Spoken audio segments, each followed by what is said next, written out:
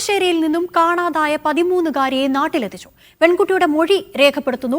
പെൺകുട്ടിയെ നാളെ juvenile justice ബോർഡിന് മുൻപാകെ ഹാജരാക്കും. ഒപ്പമുണ്ടായിരുന്ന ബന്ധുവായ മുഹമ്മദ് അജ്നാസ് പോലീസ് കസ്റ്റഡിയിലാണ്. വിവരങ്ങളുമായി ഫൈസൽ നെടുമ്പാല ചേരുന്നു. ഫൈസൽ, ഏറെ ആശ്വാസകരമായ ഒരു വാർത്ത തന്നെയാണ്. പെൺകുട്ടി നാട്ടിലെത്തിയിരിക്കുന്നു. ഈ മൊഴി രേഖപ്പെടുത്തൽ എങ്ങനെ പുരോഗമിക്കുന്നു?